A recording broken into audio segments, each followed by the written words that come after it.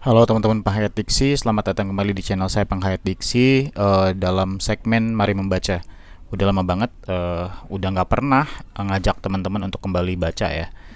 Salah satu buku yang sebetulnya udah lama ada diterbitkan dan juga saya udah punya cukup lama, tapi sampai saat ini sebetulnya belum beres ya. Sejujurnya belum beres bacanya karena memang ada beberapa chapter yang saat itu saya perlu tahu banget bagaimana kemudian isu utama dari buku ini harus diperbincangkan begitu ya. Oke, bukunya adalah buku ini ya. Sebentar, ini dia. Kuasa Uang ya.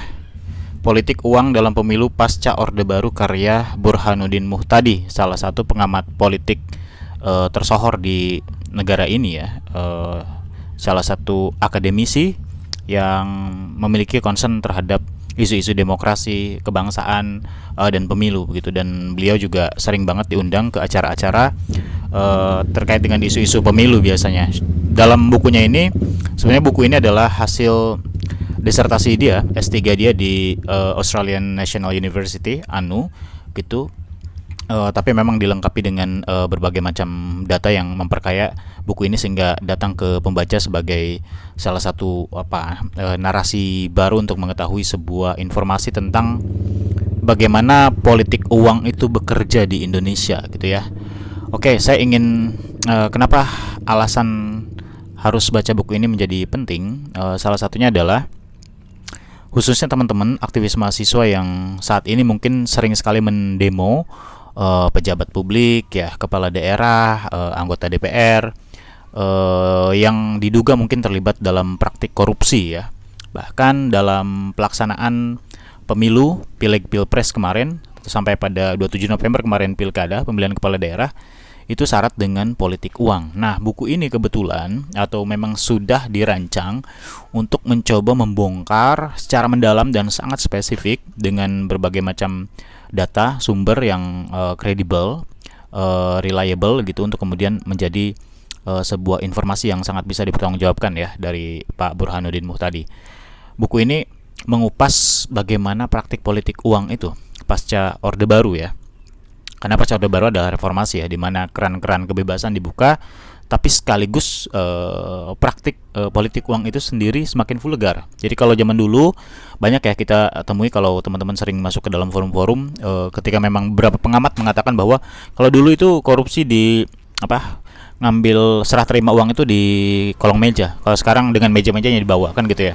Itu sebuah semacam analogi metafor yang memang menggambarkan bagaimana praktik korupsi, praktik money politik hari ini terjadi secara vulgar, terbuka, brutal gitu ya. Bahkan kita sering atau mungkin beberapa teman-teman pernah lihat kampanye salah satu paslon ya, entah itu calon kepala daerah atau calon legislatif, itu bagi-bagi amplop dan divideokan dan itu diadukan kepada Badan Pengawas Pemilu, namun temuannya tidak terregistrasi karena tidak memenuhi syarat formil materialnya sehingga tidak dilanjutkan begitu ya. Sehingga buku ini mencoba membongkar secara spesifik kenapa politik uang itu masih ada, bahkan mungkin cenderung menguat, dan kenapa konsekuensi hukumnya itu seringkali gagal gitu ya. Gagal untuk kemudian memberi jerat hukum yang serius, khususnya pada rentang pelaksanaan pemilihan umum ya, baik itu pilpres, pileg ataupun pilkada gitu ya. Jadi salah satu ya, saya spill sedikit ya supaya buku ini juga mungkin akan menjadi ketertarikan teman-teman untuk kemudian nanti check out di beberapa e-commerce gitu. Ini yang disorot adalah praktik klientelisme ya, atau praktik patronase. Jadi dalam pemilu itu kebanyakan calon atau kandidat yang ingin memenangkan pertarungan politik itu harus mencari orang atau loyalis ya disebutnya, atau kader yang kemudian bisa mengkondisikan suara minimal tidak berkurang atau tidak bergeser kepada calon atau partai lain. Lebih bagus adalah bertambah dengan praktik klientelisme. Jadi seorang tersebut ini orang-orang simpul ya, misalnya ketua ormas, ketua orang-orang penting yang memiliki massa yang banyak, itu sangat berpengaruh dalam politik patronase ini yang dibahas di sini ya. Judulnya sih nanti adalah sebagai kader loyalis, tapi memang mereka mendapatkan sebuah kompensasi yang sangat jelas gitu ya. Jadi kalau misalnya ada salah satu kandidat datang ke tempat tertentu, menemui tokoh tertentu, nah tokoh itulah yang kemudian nanti akan mengelola distribusi logistik uang ya, atau money politik ke titik-titik yang memang dianggap akan mensukseskan jumlah suara dari para kandidat gitu ya. Kenapa politik uang masih ada? Singgungan sedikit dari buku ini ya, karena masih adanya penjual dan pembeli. Artinya kalau penjual di sini adalah aktor-aktor ya, oknum peserta pemilu, misalnya calon atau kandidat politik dari partai atau non partai, dan pembelinya adalah masyarakat atau voters, orang-orang yang memiliki kesempatan terdaftar di daftar pemilih tetap pemilu atau pilpres ya, pilpres pilkada ya gitu. Jadi buku ini penting untuk dibaca supaya teman-teman tidak terjebak dalam istilah-istilah voluntarism gitu ya. Karena dalam buku ini juga dibahas adanya pergeseran ketika tim sukarela misalnya, tim volunteer ya dari partai politik. Kalau zaman dulu mungkin modalnya karena kepercayaan ya bahwa orang yang dia dukung itu harus menang, sehingga bahkan mungkin tidak sedikit orang-orang menyumbangkan tidak hanya tenaganya, kalau mereka yang berlebihan harta itu menyumbangkan uangnya. Tapi dalam konteks politik modern hari ini, patronase itu lebih kepada timbal balik ya. Jadi kalau udah bantu, kira-kira nanti dapat apa? Dapat uang secara terputus ya, misalnya 1M nih untuk operasi suara mencapai 10.000 suara misalnya di satu daerah pemilihan. Atau misalnya hal lain adalah jabatan, nanti masuk tim, misalnya kalau itu kepala daerah masuk tim, misalnya tim khusus nanti ya, atau think tanknya bupati, wali kota, gubernur gitu. Atau misalnya nanti minta pekerjaan tetap, banyak ya modusnya atau motifnya banyak sekali. Ada yang pengen jadi PNS misalnya, itu banyak.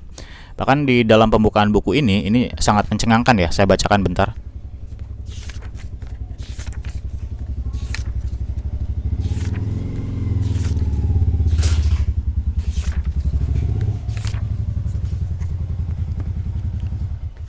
Ini di bab 1 di bagian pendahuluan ya, halaman pertama sekali. Ini subjudulnya adalah latar belakang ya, mengapa negara demokrasi baru rentan praktik klientelisme atau praktik politik patronase. Ini ada satu kutipan ya yang diangkat sama Pak Burhanuddin. Kutipannya kira-kira begini: potong jari saya jika ada anggota DPR atau DPRD di Indonesia yang terpilih tanpa melakukan pembelian suara.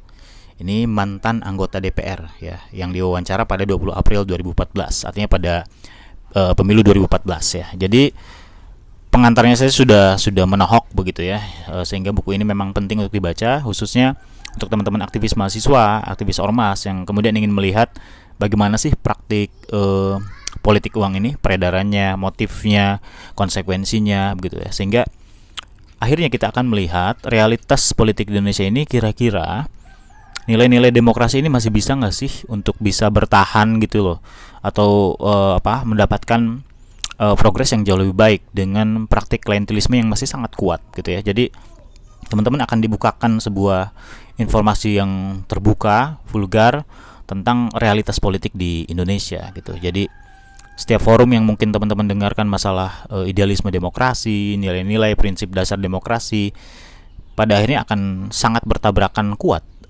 dikonfrontasi oleh adanya eksistensi politik patronase ini ya. Jadi jangan heran kalau nanti misalnya ya netizen udah banyak yang ngira ya ada pembagian kue, itu klientelisme ya. Jadi mereka yang sudah bantu misalnya jadi punya jatah menteri, punya jatah wakil menteri, punya jatah misalnya bupati, wali kota, gubernur kayak gitu ya. Itu bagian dari konsekuensi dari adanya praktik patronase, sehingga ini kan akan bertentangan dengan prinsip demokrasi, karena pembagian kekuasaan ini tidak diamini oleh prinsip demokrasi ya. Ini kan masih sangat dekat dengan gejala-gejala monarki kerajaan ya. Bagaimana siapa yang membantu raja, merekalah yang memiliki posisi penting dalam istana kan gitu. Jadi saya kira penting ini untuk dibaca, teman-teman boleh ya. Barangkali ini juga akan menyadarkan teman-teman ya, para pelaku praktik klientelisme atau patronase ini adalah mereka juga yang dulu sering berdemo pada zamannya, khususnya mereka angkatan 98 yang saat itu mendemonstrasi bahwa Orde Baru tumbang dan diganti oleh Orde Reformasi. Tapi pada akhirnya nilai dan prinsip dan realitas praktik dan praksis yang terjadi tidak begitu berubah ya, karena praktik klientelisme ini barang lama ya, dan sampai sekarang masih dijalankan. Jadi jangan heran kalau nanti misalnya dubesnya kok begini, ya karena tadi mungkin ada jasa besar ketika pemenangan. Jadi sudah tidak politik meritokrasi ya, yang memperlihatkan kapasitas dan kapabilitas. Meskipun tentu pemilihan ucapan terima kasih ini tidak sembarang orang. Maksudnya pasti ada ukuran kenapa dia harus jadi menteri ini, kenapa dia harus jadi wali kota di sini. Itu juga tetap melibatkan kapasitas di situ. Cuman bagi saya ada prinsip demokrasi yang pada akhirnya ditanggalkan begitu ya, karena politik balas budi ya, politik patronase ini. Oke, semoga teman-teman membeli kemudian membaca. Mungkin nanti bisa kita diskusi ya kapan-kapan tentang buku ini. Jadi demokrasi, pertanyaan fundamentalnya, demokrasi masihkah bisa exist as a democracy in Indonesia gitu ya. Sampai jumpa lagi, bye bye.